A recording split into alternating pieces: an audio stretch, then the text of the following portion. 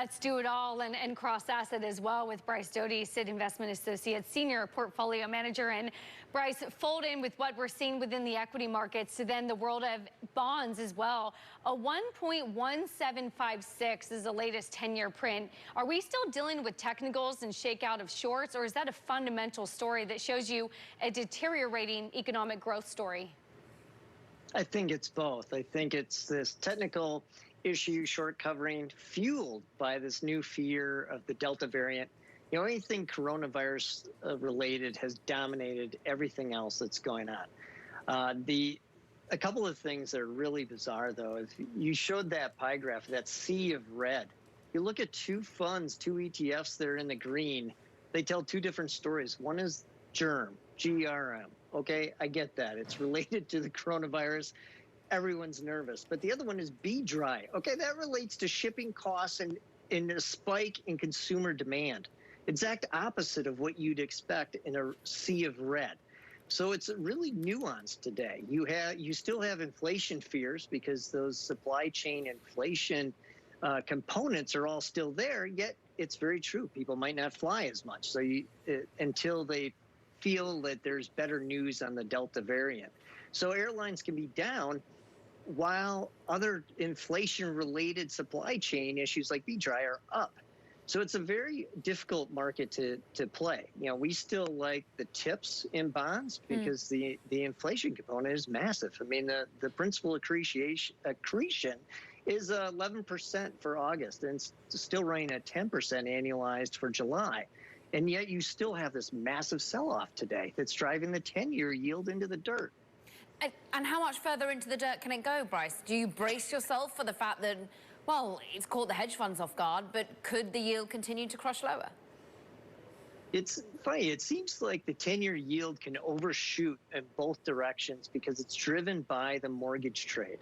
When mortgages get to a low enough rate where it sparks another boom in refinancing, mortgage managers in the bond market lose duration, and they replace that duration with the 10-year treasury. So as you see mortgage rates go down, and all of a sudden it's like, oh my gosh, my mortgages that I thought were going to stick around for a while are all disappearing as people are refinancing. Well, I have to kind of replace that in my portfolio, and the only way I can do it on a temporary basis is to buy the 10-year treasury, which compounds the problem because the 10-year treasury yield is what determines 30-year mortgage rates.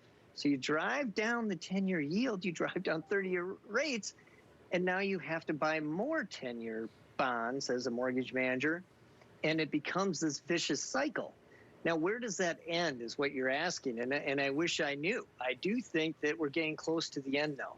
I think that a lot of the stock market move is profit-taking and fear, and that can only go so far. We're seeing people that are no longer bond managers, that are no longer at their extreme shorts. They've added duration, so that means we're getting to the end of this downward spiral in the 10-year yield.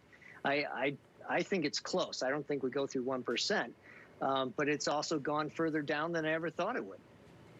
I'm glad you brought up the mortgage market, Bryce, because that naturally leads me to think that maybe this has something to do with the Fed and the bond market starting to think that the Fed may start to normalize the balance sheet, reduce purchases of a multitude of assets. Would you suggest that some of this rally in the bond market might have to do with the market anticipating a change in Fed policy over the next 12 to 24 months?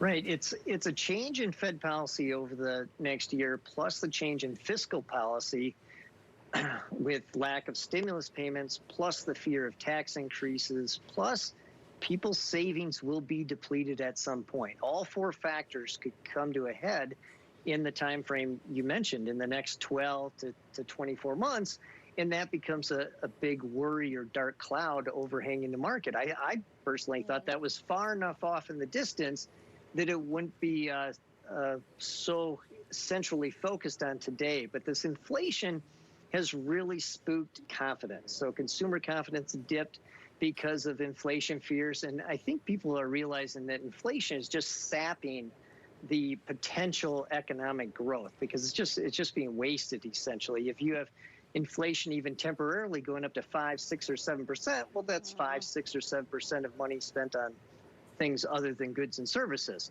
So I think that's caused people to move up their fear factor on those other 4 items. Bryce, just quickly here, investment grade spreads and high yield spreads haven't blown out. Does that give you confidence equities are overreacting?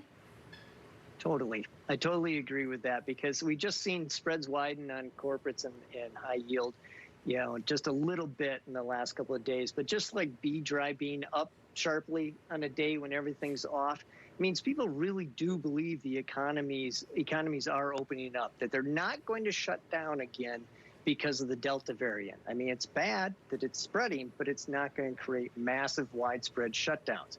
And that's why the corporate spreads aren't widening. And that's, just as you say, that indicates that this could be a great buy the dip moment in stocks.